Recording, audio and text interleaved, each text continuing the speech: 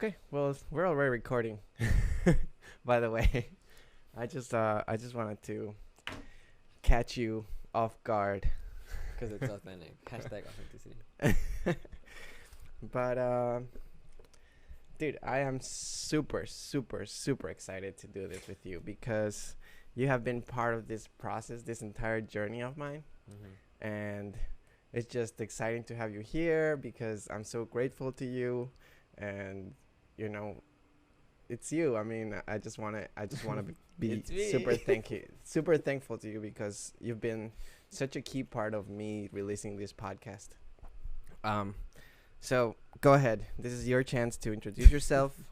This is your chance to I don't know, just give us a little background. Give us who are you, where you come from, what do you do? Well, my name is Jesse Pazmiño, and well, the background is basically we studied architecture together. And prior to that, I was actually trying to be a business major, but things worked out in a different way. I ended up graduating as an architect, and then I did work in architecture for about 2 years. And then I basically started to transition to become really a full-time graphic designer, freelance designer, and now I'm working in construction management. So, in reality, I've always, since after school, I think I've been going back and forth between like more architecture stuff or like more design stuff, like one of those two. But really, my main objective has been to dive deeper into performing arts. So eventually, I do want to focus more of my time there. But right now, we're building up to that. So we're working to build up to that. And until that time, I think we will still be doing this balancing act, which is fine. Um, um, but yeah, that's where I am right now. Okay. So Mm-hmm. graduated as an architect, Mm-hmm. currently working in construction management Mm-hmm. Mm-hmm. with an aspiration to become the next superstar in Hollywood. I wouldn't say it that way, but obviously it's a win if you're able to perform on camera and make a living out of it. Yes. Okay, but what is that? Is that the dream? Like, is that not something that you see yourself in the future? I wouldn't say that my goal is to be like a Hollywood superstar because for Why me not? it's not about like because that when you say that it's very much it's a very specific kind of scenario. And I think nowadays, that's not. I don't think you could say that that's like a level. It certainly could be like a goal that you have, Mm-hmm. right? That's totally fine. But for me personally, I think there's much more beyond that. Um, that speaks more to me as far as being a performer. Mm-hmm. Not that I have anything against Hollywood, or it's just that there's so much beyond just thinking about Hollywood as an ideal that I think it's important to also understand as an actor. Like I was explaining to you, well, I didn't explain it to you, but I wrote it down. Acting is more of a collective activity, really. And so when when you go to a show or you see a movie, you really want to go and participate with the actors in whatever they're doing. But you're not getting up on stage. You're letting them do their thing, but there's a conversation happening between the actors on stage and the audience. And what happens in between those two groups of people is actually, I think, the part that makes it significant for you as the audience and also makes it significant for the actors. I see. So that's really what you're trying to look for. And when you're doing theater, it's very evident because you're there. It's a live show. You have to do it in one shot. You don't know how the audience is going to react. Some days it might be better. Some days it might be not necessarily worse, but different. Mm-hmm. And that's the energy that you're feeding off of. It's like each night, like, what's the energy? What do you put in to contribute? What do they put in to contribute? What do you guys get to take away at the end of the night? Okay. I think that's the most exciting part.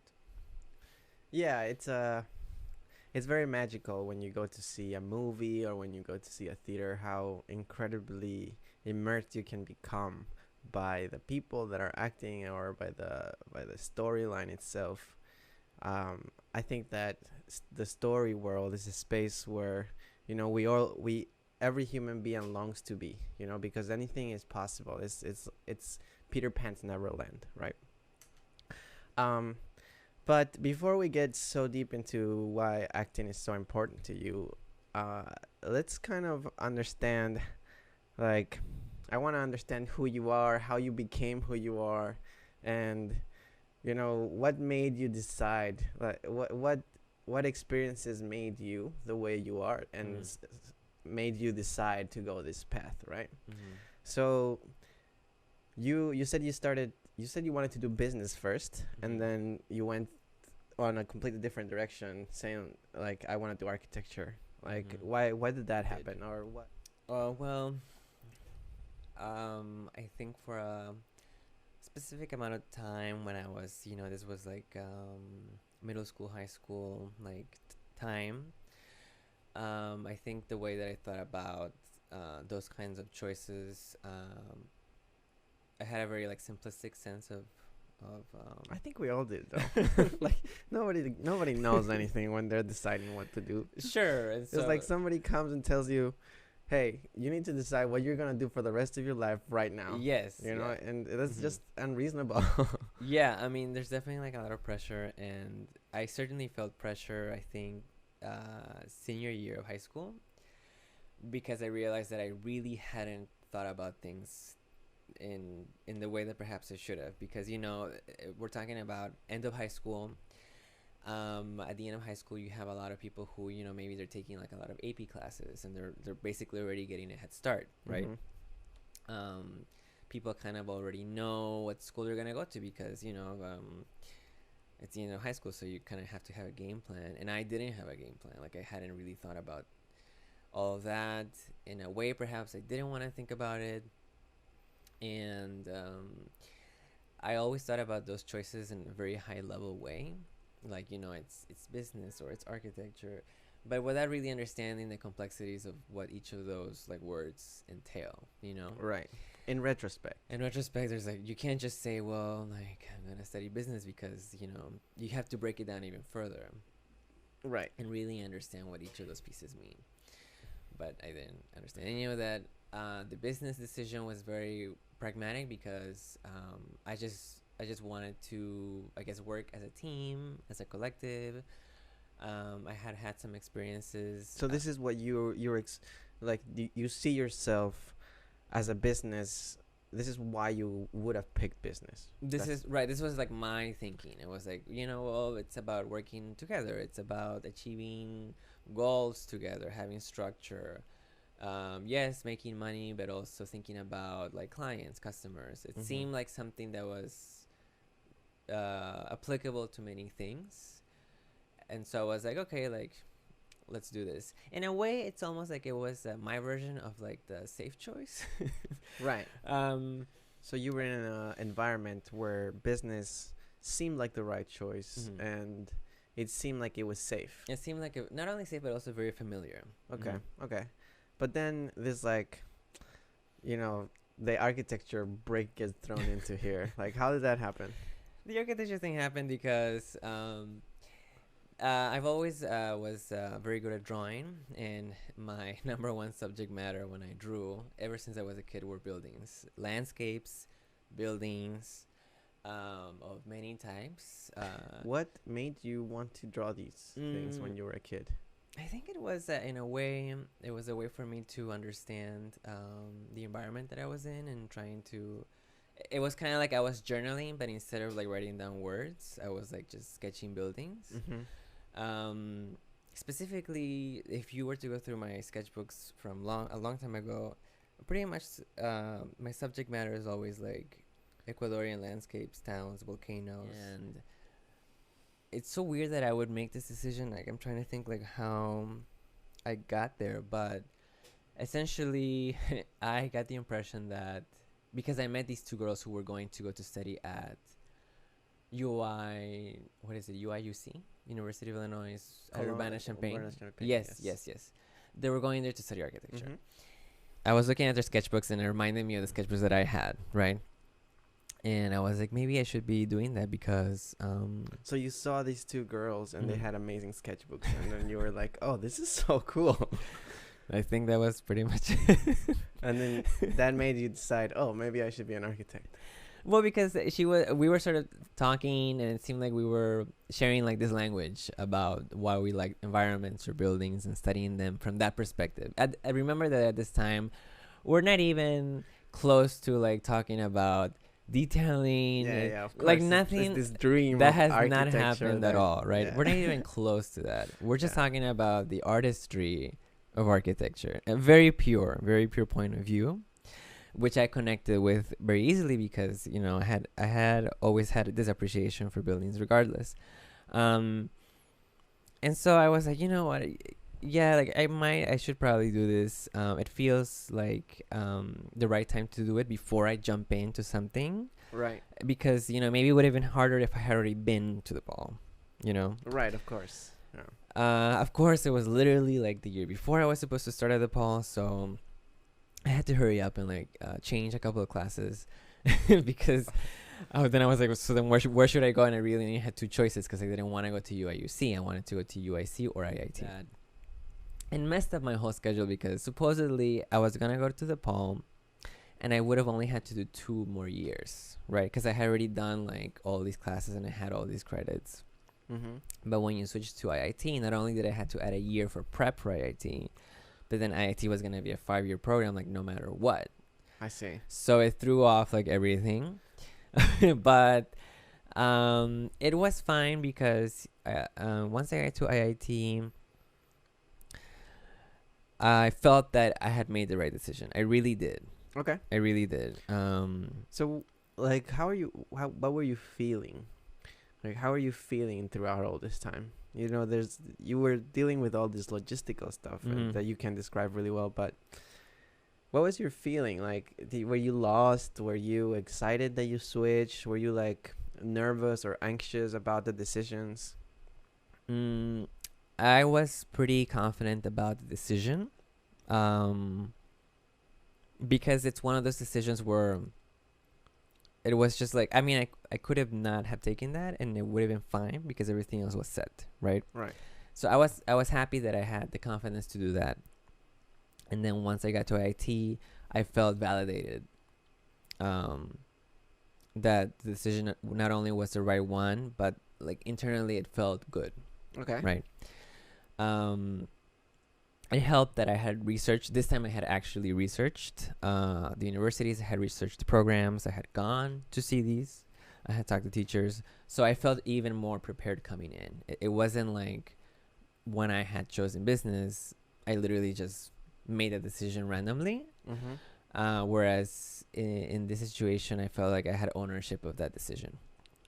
What were your parents like? Did they play a role in all of these decisions? They were trying to influence you. Were they trying to say like, "Oh, Jesse, just do business. Do it for like 3 years, and then you'll be done.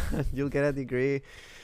What was it like from them? There really has never been friction about these things. In your house, in your case. I don't know, for better or for worse, because in a way, perhaps it might have been helpful, but I guess in the other way, it's okay, because really, I think the good thing about that specific part of our relationship, me and my parents, is that we can always be aligned on why we're making these decisions. Mhm. They understand that when I say stuff like that, or I make some sort of switch, it's because I have realized that there's something important that I need to pay attention to. Mm-hmm. And so they support me 100%.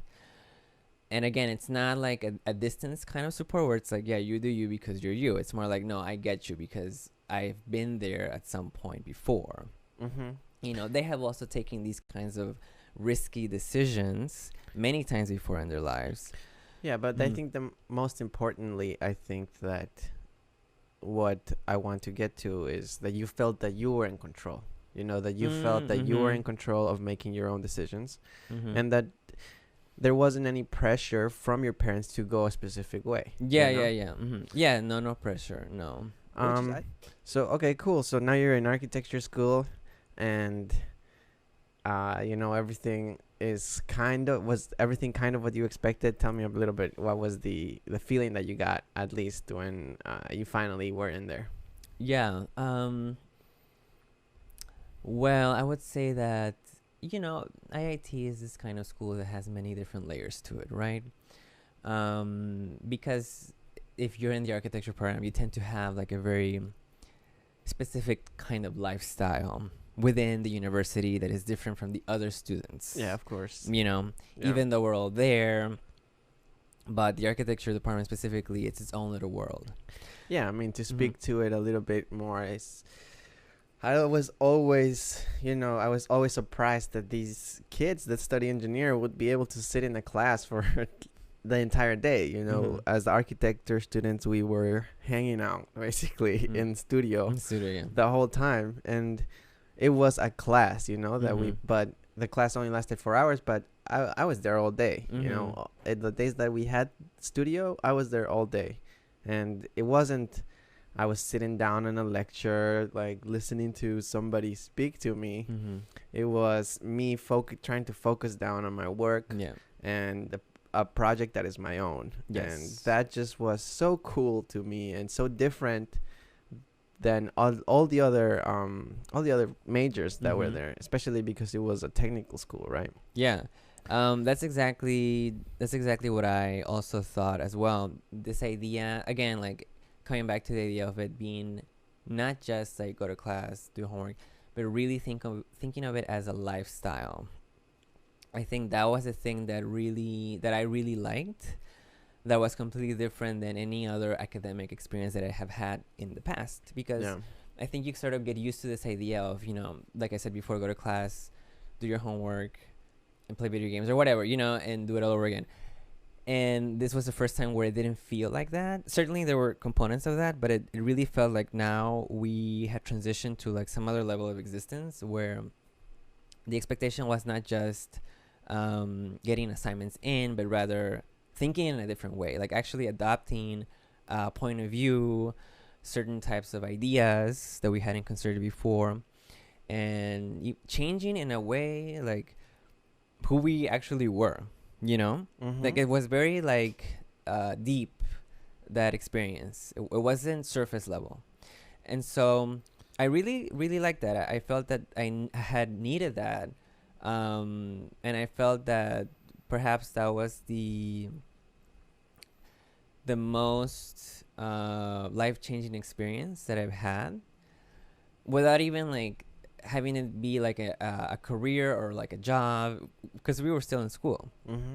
And because it really like encompassed like most of our experience there, it really consumed like a lot of your time, and I think also a lot of your mind.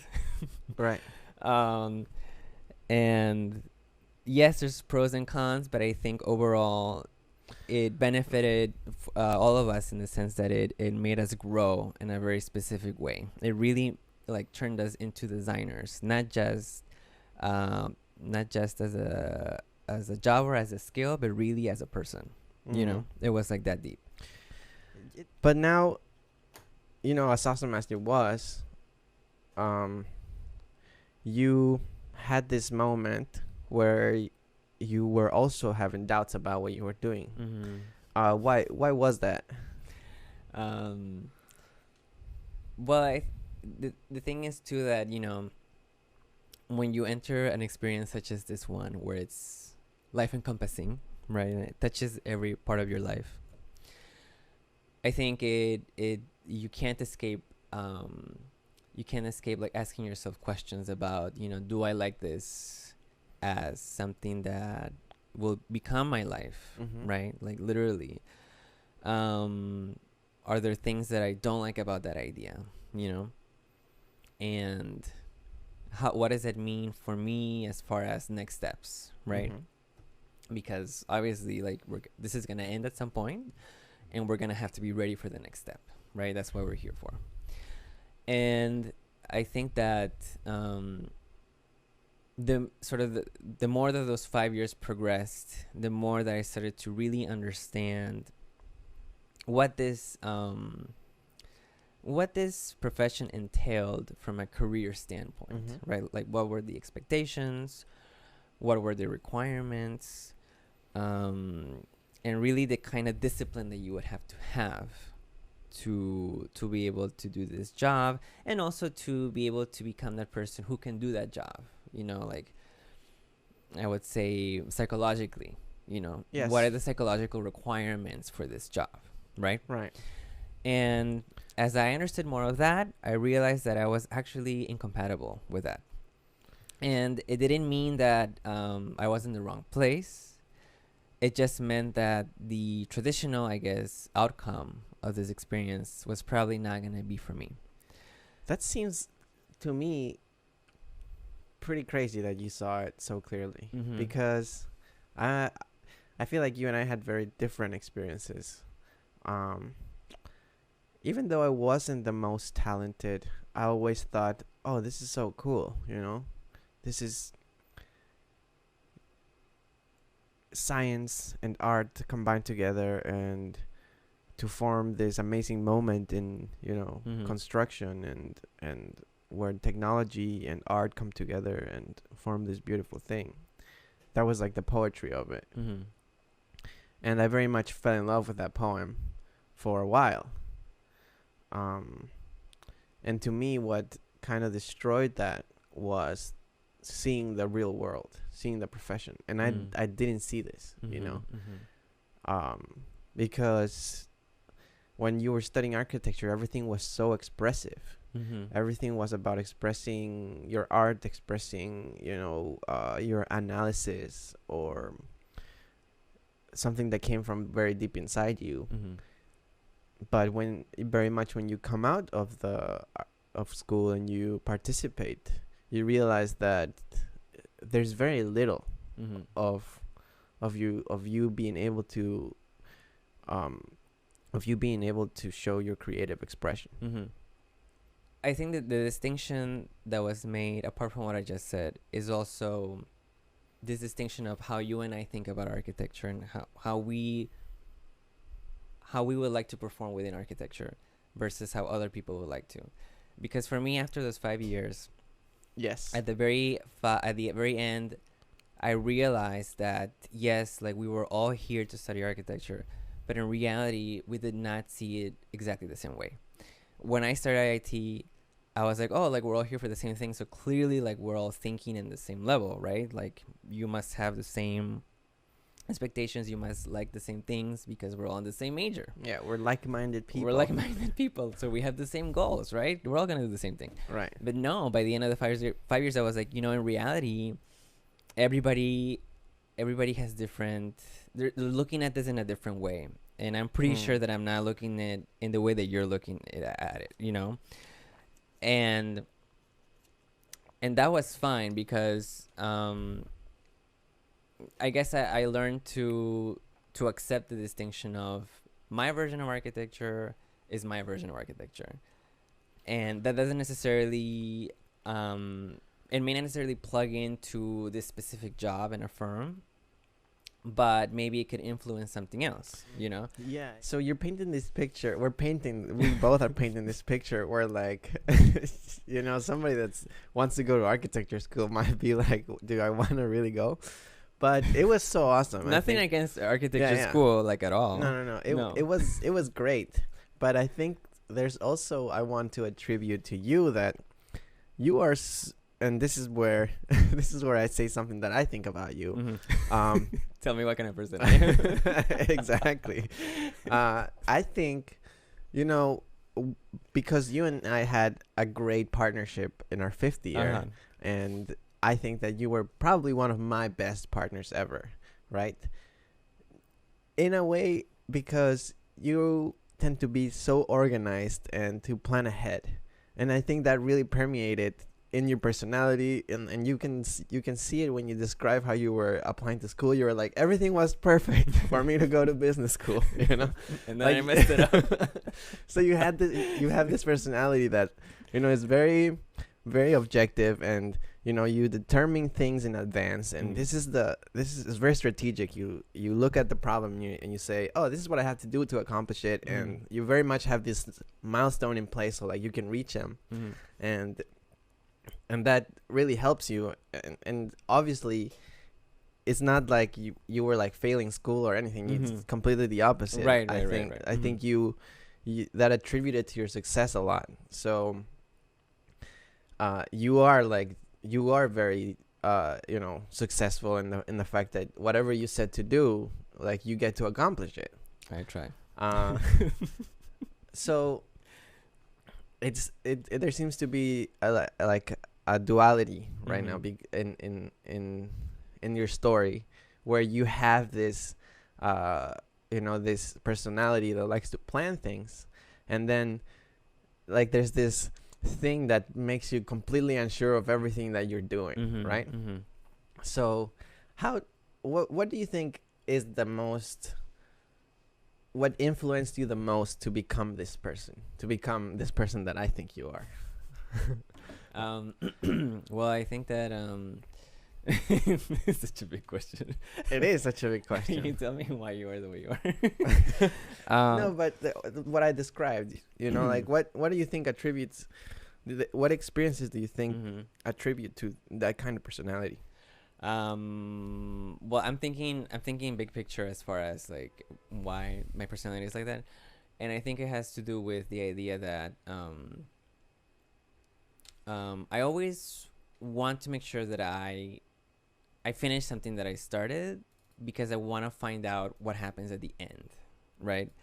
The idea of not finding out is actually the worst thing for me, because to me that's scary. It's like I didn't finish, so then I didn't find out, and so I basically didn't do anything. Like that's how I feel. Yeah. And that always like scares me, because it just there's something like really horrifying about that. And then the second, did you have an experience that went wrong in a sense?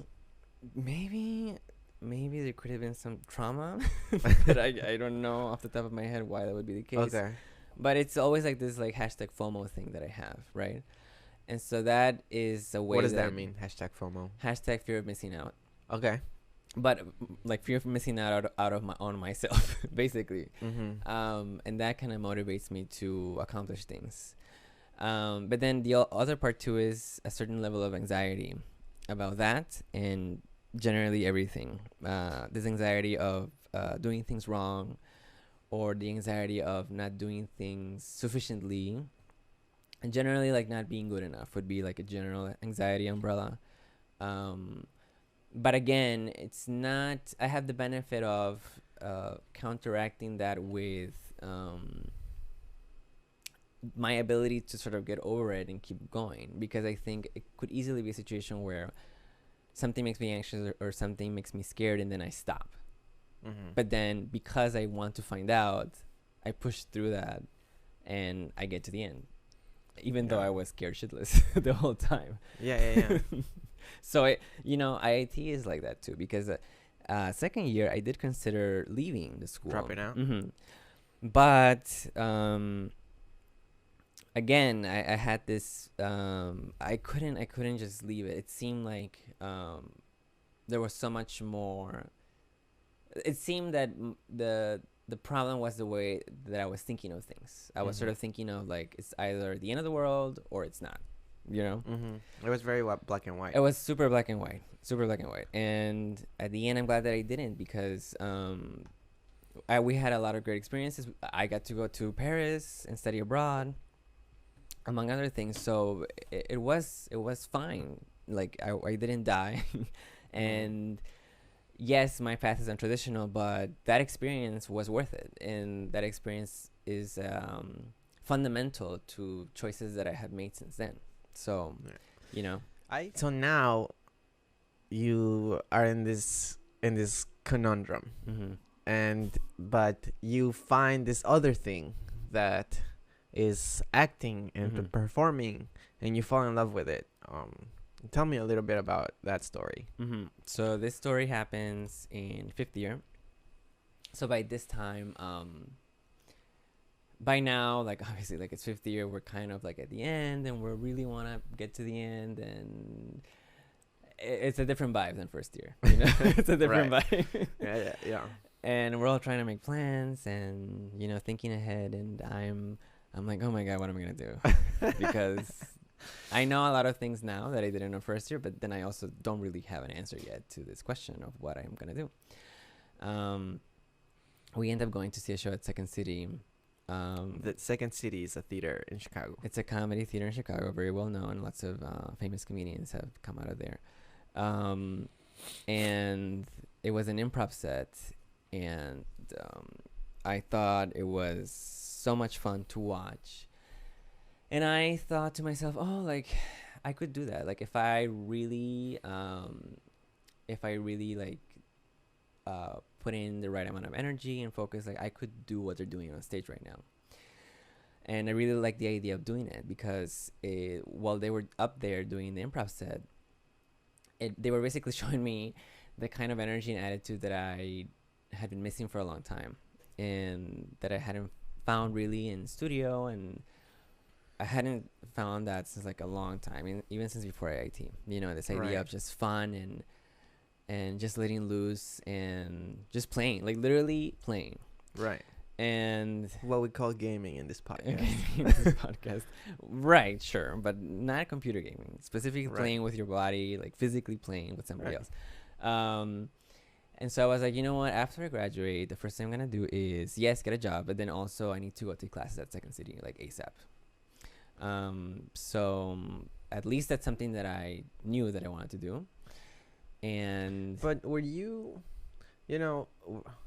having any doubts about this? Were you like, this is what I want to do, but fuck, like people always say, like people like only one person out of a million becomes famous. Oh no, but like, I wasn't thinking about that at all. I was just saying, I like what they're doing on stage. I just want to learn how to do that specifically. Were you thinking like, oh, I want to make a living out of it? No, it wasn't that. I wasn't like, oh, I had this fantasy about being famous and winning an Oscar right now. No, that's not what happened. It was more like, I just want to learn how they're doing that right now that I'm looking at. Okay. So whatever classes I need to take to do that, I want to take that class like now. Okay. So there was no other expectation. So you had this very academic approach. You're like, I'm not gonna self-teach myself that. Just fucking sign me up for a class right now. It's not gonna be possible because you need the other people to do it. Right. Right. And really, the fundamental drive was like, I just want to have fun. Can I just have fun? Yeah. So what class do I need to go to have fun? All right, that one, great. Sign me up. That was it. But do you think that you had this dream beforehand? There was a dream beforehand, but at the time I didn't think about it. I think through the first acting classes that I took, then it started to come back to me. Okay. And because at the beginning it just began. I started the improv classes. I started the improv classes kind of at the same time that I started working on my first job. And so it was kind of like this relief activity, like escapism. It's like, okay, I can just like unwind in this class and everything is fine. And it served a really good purpose in that sense. But then also like the more that I did it, the more that I started to think, wow, like, hold on. I really like this. Like, not just as a game, but like, I want to take this seriously, Mm-hmm. And I can see that there are people who also feel this way as well, Mm-hmm. And I know that there's a way to take it seriously. So, was there a conflict inside yourself when you were thinking this? Yeah, totally. Because, after I graduated, I felt very guilty about,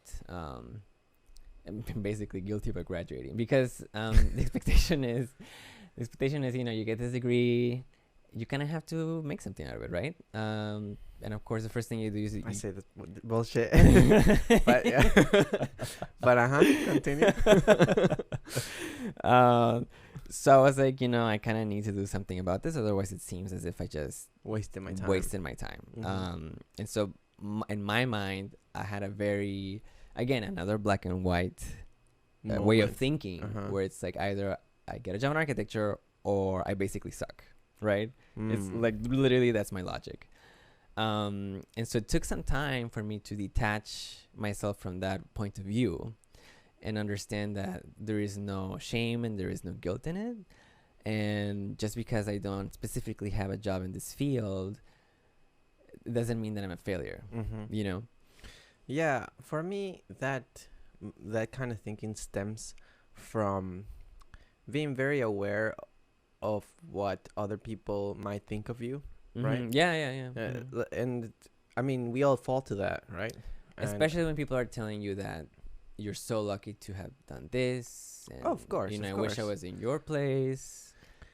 And it's really hard to just stop caring.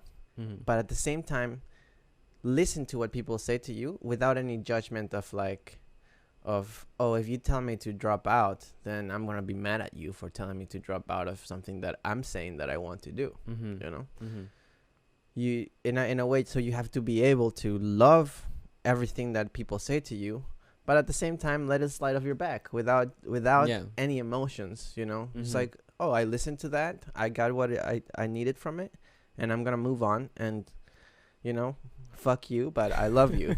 That's what Gary Vee says, right? It's like, fuck you guys, but I love you. So it's so hard to get to that, you know, to that level. Yes, definitely been there, and I had a big problem with that. And then yes, eventually you understand that it's not really about you. It's whatever comments that come your way that seem negative, like you don't have to take them. Yeah. So did you think, like, did you have any insecurities about like who you were to become this new person that you wanted to become? I felt like I was completely unprepared to even pursue something like acting, because all my life I felt that I had spent so much time preparing to be a designer, and I finally like felt like I was confident in that. And then all of a sudden now I have to be good at something that I haven't prepared for, which is like like I said before, like that gives me like a lot of anxiety, because my whole thing is like I'm prepared always. Right. Like I show up and I got you, you know? Right. And now I'm showing up and I don't have you, because I literally spent the last 8 years studying to be an architect. Right. Or whatever. And all of a sudden now it's like it's this whole new world, different rules, different people, different point of view, different thinking, different goals, different everything. And yes, it feels like a place that I should be in, but I also feel extremely unprepared, like so amateur, like not even like level 1 ready. Yeah. You're a noob, basically. You're a newbie. So newbie. And I was like, I have not felt like this in a while. Like I realized how, I guess how sucked in you become to something that you do over and over and over again. Oh, and then yeah, you forget how it feels like to not be good at something. Right. For again, you know? Yeah, and I think when we spoke a little bit about this before the podcast, then we were trying to understand how leveling in life works, right? Yes. And hashtag gaming. Yeah, and how you know there are levels in life, and the way that I see it is you can see it in this way very easily, but also there are other patterns. The way that you can see it easily to me is like, first you're a toddler, you know, then you become a child, then you become a teenager, then you're an adult, right? Those are specific levels that society has set for us. But you can go. Then you're a senior citizen. Yeah, or whatever it is, right? But to me, there's more personal levels that we go through, and one of them, in the way that you described it, is breaking patterns. You know, breaking these molds of, oh, I go to school every day. You know, I come from school, I cook my dinner, and then I watch my shows, and I go to sleep, and then the next day we'll do it all over again, right? You know, your action never changes. You don't go in different quests. You miss out on all these journeys, and you kind of get stuck in that level. Yeah, like my hearts don't increase. Yeah. Yeah, if you're playing Zelda, exactly. If you don't beat a boss, you never get more hearts. Right. But I think the first level that I had to break as far as my experience going through college, was the idea that things were just gonna happen to me, and like thinking that good things were gonna happen to me because right now I'm doing this, and which is somehow gonna pay off in the future, and I should just trust the system, right? That was the first pattern that I had to break. The second pattern I had to break is if I get this degree, that means that I can only do this degree forever. It's like patterns of thinking. Yes, Yeah. they're patterns of thinking. Yeah. And now I also had to break another one in between those, which is the idea that I'm not the kind of person who could ever be an actor. Right. And talk about that one. 'Cause Yeah. I think that's very interesting, and I connect to that very deeply as well. Yes. So typically what happens is, well, again, my personal pattern of thinking is, yes, I had always wanted to pursue this to some extent. I didn't know that I wanted to pursue it professionally, but I certainly always liked it. But there was somewhere in my mind I had made decisions that for a person to be an actor, they need to be attractive. They need to be X, Y, and Z, like a perfect kind of person that you want to watch, right? They have to be tall. They have to be again attractive. They have to sound a certain way. They cannot have accents. They have to look a certain type so they can fit into these types, right? So many things that basically were excuses that I was giving myself to not do this, essentially. Right. That in reality didn't really matter. And I think really spoke more about the insecurities that I had with myself than anything related to acting, right? Right. That was really it. I think that's a huge level to break through. I think that's super huge. Like that's probably Boss boss level shit. So right now you're on this journey into going that direction, you know, like that way. You're like you're going into just this really, really hard path that you had a lot of insecurities about, that you learned to conquer them, and you said, no, I do have it in me to make this journey, you know. And it's very much like the hero's journey, where somebody gives you a quest and you're like, I can't do this shit. Like, get away from here. Like that's always, if you see Star Wars, if you see any hero movie, right? When the hero gets presented with the quest, he's always gonna have doubts about himself. They think it's ridiculous. Yeah. Either they think that they're not the heroes that everyone thinks them to be, or they find that, you know, that they don't have that in themselves to complete this quest, and that the other person is crazy. You know, like that's just what happens, right? That's just how the hero journey begins always. So it seems like that's where you're at, right? You're like in this moment where there's the duality of should I go, should I not go, and then you end up deciding, okay, let's just fucking go. Risk everything. Yeah, risk everything. Hashtag uncle advice. So let's get into that. Well, I think I mean, you have to get to the point where you make the decision, and then like actually like you can relax and be like, okay, like let me actually focus on doing this as opposed to focusing on freaking out about it. right. Definitely, it's very freakish moment. So I think that took probably about a year and a half worth of work, as far as taking the classes, getting some time on stage, and really get a feel for what it means. Most importantly, getting a feel of how it made me feel. Like, they didn't make me feel good, basically, is what I'm saying. Apart from, yes, like I'm gonna get scared right now because I'm gonna get on stage, and yeah, maybe today I didn't feel like I was good. But overall, does this make me feel good? You know? That's more important. And the answer was always yes. Like, I do feel good. Like, yes, like tomorrow I might bomb, but then maybe the next day I'll be better. But I still want to try. And I think those are important signals. Like, you know. That's the you're playing. Yeah, do you still want to try because you like trying? You know, this is important. Because I think in other situations, the answer is clear. And it's like, I really don't want to try. You know, I really don't. Yeah. It doesn't make any sense for me. Uh, So the way that I can describe it is well, I play a lot of video games, but there's this one fucking game, man, that I was telling you about. mm-hmm. That's called Sekiro, and you fight amazingly hard bosses, Uh-huh. you know, that are incredibly punishing. And you could be, you know, the thing about it that's so cool to me is that you go the first time and you get fucking demolished, right? Uh-huh. But the next time you go, you're like a little bit better, you know, like you anticipate things that, like you learned how he moves, the attack patterns, and you react to that, right? Mm-hmm. So like that to me is like transferring to the exact thing in real life. It's like you go, you try something, you fail completely Mm-hmm. until like you just move freely, you know, like Yeah. you move as if you're not thinking too much about these insecurities that you have. Mm-hmm. Yes, that's important. It's like, can you get over those feelings?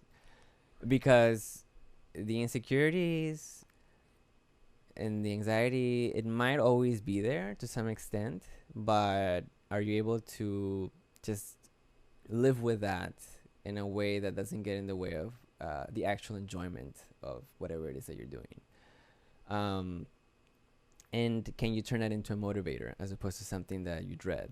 Right. And specifically in acting, what I very much like about it is that it asks you to push yourself every time that you do it. Mm-hmm. Like you can't really just like Half-ass it. half-ass it because it's gonna be bad. Like you had to commit. You have to commit. Yeah. You really have to commit. And so Unless you're right. Unless the whole point of acting is that you are acting as a half-ass dude. I mean, even if the role is some dude It's still that is half-ass. half-assing it, you still have to commit to it. half-assing it.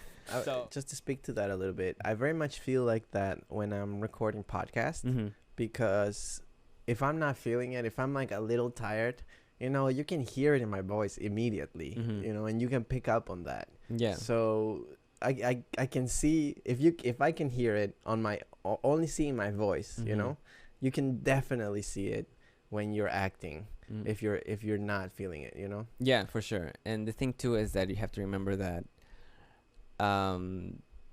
I think one of the best things that I learned is that the audience is on your side, really. They're not there to like make you feel bad. Like they're there because they want to see you have fun. Because they want to have fun. If they see you that you're having fun, they will have fun. Wrong. If they see you that you're freaking out, they're gonna feel really uncomfortable. You know? right. So really, the work is cut out for you because they want you to do really well. They're giving you permission to do what you need to do so that both of you can go on this journey and have a great time. So that changed my mentality as well, because it's really easy at the beginning to be like, oh God, like there's like 100 people there and I have to do this monologue. Shit. Why did I do this to myself? That's when I start asking, why do I do this to myself? Yeah. But you very much love it. You very much are passionate about it, and you discovered this passion for it. Yeah, because it's yeah, it's scary, but then it's also like that's part of the fun. It's like, you know, yes, at the end, like I did get through it. Like I did. Basically, it's a way for me to win over myself in a way, because every single time I get scared. Every single time, like, oh God, here we go again. Like I can't believe it. And then at the end, I'm like, yeah, like I did it. I just did that. That's so funny. What do you feel like? Like, describe to me, you know, the feeling. You're out in the backstage, and then, you know, you're preparing yourself to come out. And describe to me the feeling. You know, you're coming out and you see the crowd, and Yeah. you know, what's going through your head? So for the last show that I was in, the sketch show, La Carne Asada, shout out to Vanessa Garcia, who is the writer and producing director. Hola. For this sketch show, I happened to have, background on sketch show. A sketch show simply means a show that is comprised of many different sketches, right? Okay. So you can say Saturday Night Live style. Okay. And all these sketches are written out. So we are performing from scripts. But we're also trying to play into what the audience is doing that night, because obviously every night the audience is a little bit different. I happen to be the only person in that show that had a sketch all to himself. So it was a monologue piece. I was playing a parody of Walter Mercado. And I had to do this. Maybe it felt like a long, when the first time she gave the script to me, it was like 2 pages front and back. And were you like anxious? You're like, fuck. I was like, darn it. But then I'm like, okay, cool. Yeah. Because it was a lot. It was a lot to memorize. But, you know, part of that whole process is trying to find a groove of like, first of all, how do you even play Walter Mercado? For those of you that know who he is. Because there's, the challenge is, I don't look like him, I don't sound like him, but maybe there's something that I can do to approximate this idea of Walter Mercado in some exaggerated way, right? And then, of course, how do I say the lines? What do I do with my body? Because part of this sketch, I had to go out into the audience and actually interact with audience members. And I have to basically take a tour of the whole room before I come back. And again, I'm by myself. Nobody in the cast is out there with me. They're all backstage when this happens. It's just me in the entire room in a spotlight. And the first time that I did it, I was so nervous because like right before or right before. The worst part is right before. Like you don't feel anything during rehearsals. You don't feel anything like an hour before the show. You're like super chill. And then when it's like, you know, 3 minutes before I have to go, then I really start feeling it. And I'm like, I want water. Does anybody have water? Just want water, please. Dude, I'm like, when, you know, I used to play in a band when I was like, in a punk band when I was like 13. I was like this cute little Asian kid with a guitar and an emo hair. So when I used to play, there was a moment where I needed to fucking take a shit, dude. Like I was like, I need to go have diarrhea or something. But it never, and it wasn't the case. It's just like my body's reacting to my nervous feelings, and then I was like, oh shit, I feel nauseous. Like, fuck, I need to puke right now. and then like it was like 30 seconds before, like I was like, you know what, fuck it, nothing matters right now, you know, like let's just do it. And then I would go out and play, you know. Yes. So was it similar for you? Yeah, you have to get to the fuck it part. Yeah. Because yeah, like you are gonna feel that way. Talk to the mic. You are gonna feel that way for sure. And at least for me right now, there's no escaping it. It's just a way for me to, I still have to work on how do I get to those last 3 minutes and feel like I don't have to like freak out for a little bit. Because it's just it's still the thought of I'm gonna basically go out there and embarrass myself for like 3 minutes straight. You know, that's like the thought, and that has everything to do with what I think people are thinking about me. You know, it's still that residue of people are not gonna like me, they're gonna hate me, they're gonna think it's ridiculous, they're gonna think that I'm so bad at this. I'm so bad. They're not gonna laugh, right? They're gonna be like, he's bad. You know. Right. And I just have to like find a way to take all that out or just like ignore it so that it doesn't feel like I'm hyperventilating like right before I'm supposed to go out. But the point is that, you know, you go out there and then the best thing that you can do is just forget about the audience. Just forget about the audience and just do your thing. Because in that moment where you were freaking out, and then I'm gonna forget about the audience and it's just me. I'm just doing this character in like a place that doesn't exist. You know, I guess, you know.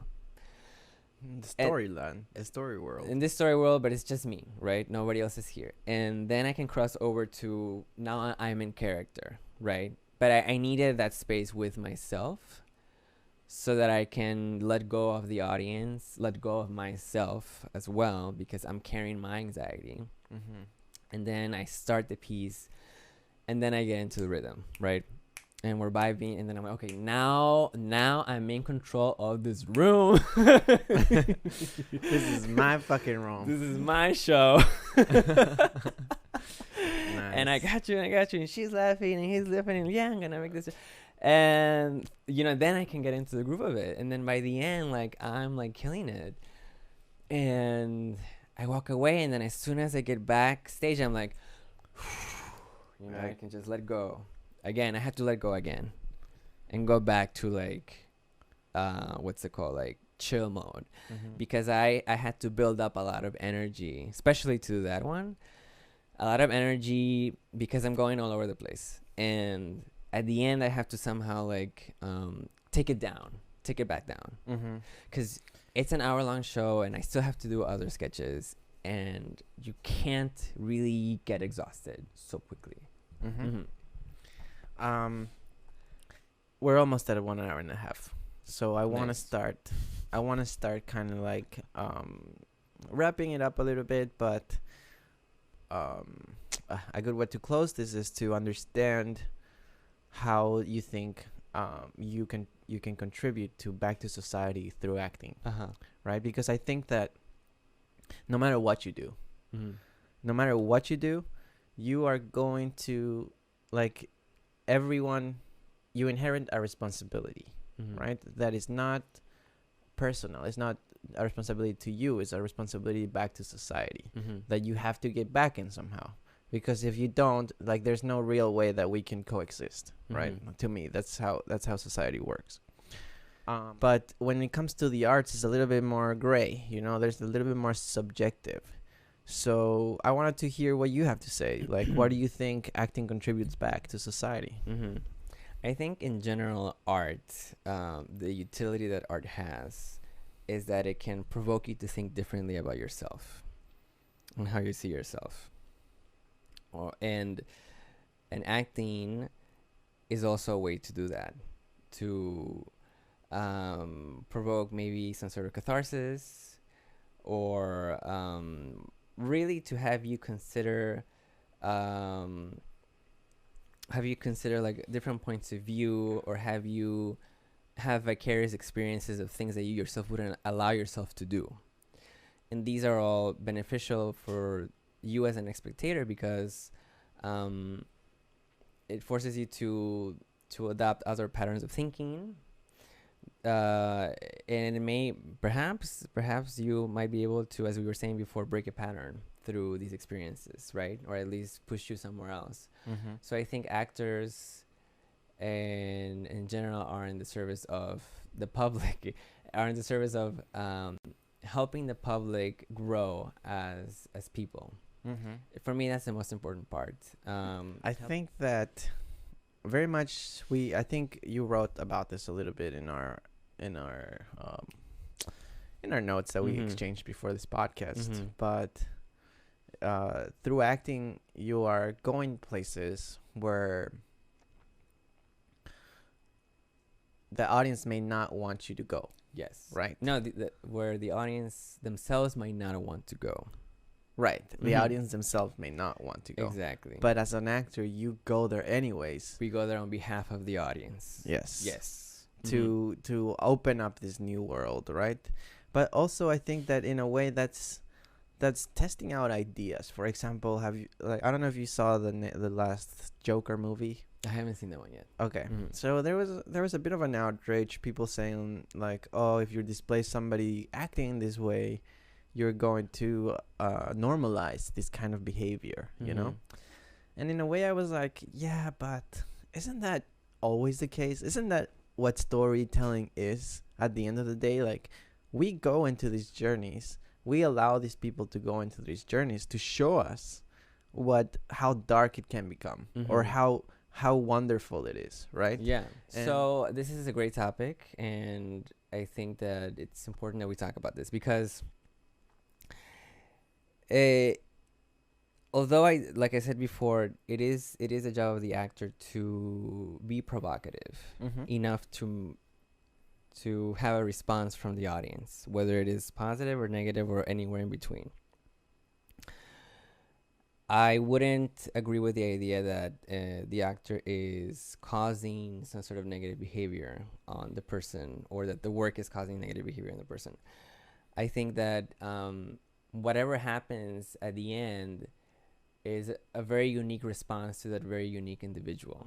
But it's Right. the exploration of these, it's the exploration of these like current events Uh-huh. that you are allowed to do, you know, through acting. Mm-hmm. It's like, yeah, you can act as a you know, as a murderer or something, but that doesn't mean it's right to do it, you know. Right. And I'm not saying like just because you act as a murderer, somebody is gonna become a murderer, Right. you know. Right. Right. But you are going there. You are going there. You're Yes. committing Yes. all of your energies to go there and Mhm. show the audience what it's like to be a murderer. You know. Sure. This brings us something important, which is the idea that the actors do have to commit to whatever it is that they have to commit, and they certainly cannot judge the character. Right. They cannot judge the character. If you judge the character, you won't be able to play that person. So I could be playing a murderer, and the whole show is me killing people, and I have to play it as I have to play that as with as much authenticity as I believe I can bring to it. Like you have to put yourself in a murderer's mind. I have to find motivations. I have to find substitutions to get there and have the audience perceive me as that, right? But I am manipulating what I'm doing to get to that point. But ultimately, like, I can't be like, well, I don't want to do that because I'm not that person. I think the actor recognizes that whatever you're putting on stage is coming from you, but what you're doing is you're using your own self as like this raw material from which like I'm gonna mold this specific thing from, and it's not real because it's not me, but it does come from me in the same way that it exists in all of us. Like we all have tendencies to be angry or upset or sad or happy, and you might find some piece of yourself that maybe can approximate that, and as an actor we use that. As an actor we have to be comfortable saying I can get really angry and I can go darker, but I'm also chill because I know that that's not me, but I know that I have it in me. Like I have the potential is always in me, but I'm not getting controlled by this because I'm the one You're who's the one controlling, in control. right? Now the audience, maybe some people in the audience, they see that, they see me being the murderer and let's say having fun. They might be disturbed by that. Yeah. Because maybe they themselves they don't want to admit. That's the whole thing, right? They don't want to admit that maybe they also have something about that inside, some sort of fantasy. Not necessarily because it has to be a murder, but maybe like they hate somebody and I don't know, they dislike this person, or it's something that they feel uncomfortable with, right? We're talking about murder, but it could be like It could- racism. It could be right. It Yeah. could be anything. It could be also happiness. Yeah. You know, like maybe that person doesn't allow themselves to feel that kind of joy that actor is showing you, and that may cause them to be uncomfortable. Right. Seems contradictory, but some people, for example, at the show, it seemed like they felt uncomfortable laughing, right? So that could exist also in that way, right? But regardless, like I as an actor need to make sure that you had that reaction, right? Whether it was uncomfortable, whether it was ha ha ha, yes, I'm in there, but like that's those are the rules of the game, right? Right. I was gonna say, what a fucking complicated game. No, it's awesome. It's awesome. You're exploring yourself. At the end of the day, we're asking you to think about, reflect upon yourself. Yeah. But it's through this manifestation of looking at somebody As acting, somebody else acting, that you yourself start introspectively looking at yourself. Yes, I think that's fucking crazy. You know, it's crazy how we look at a movie and then that's the feeling, that's the result, you know. So any closing remarks, Jesse? Hashtag risk everything. Yeah, hashtag risk everything. Risk everything on this stage.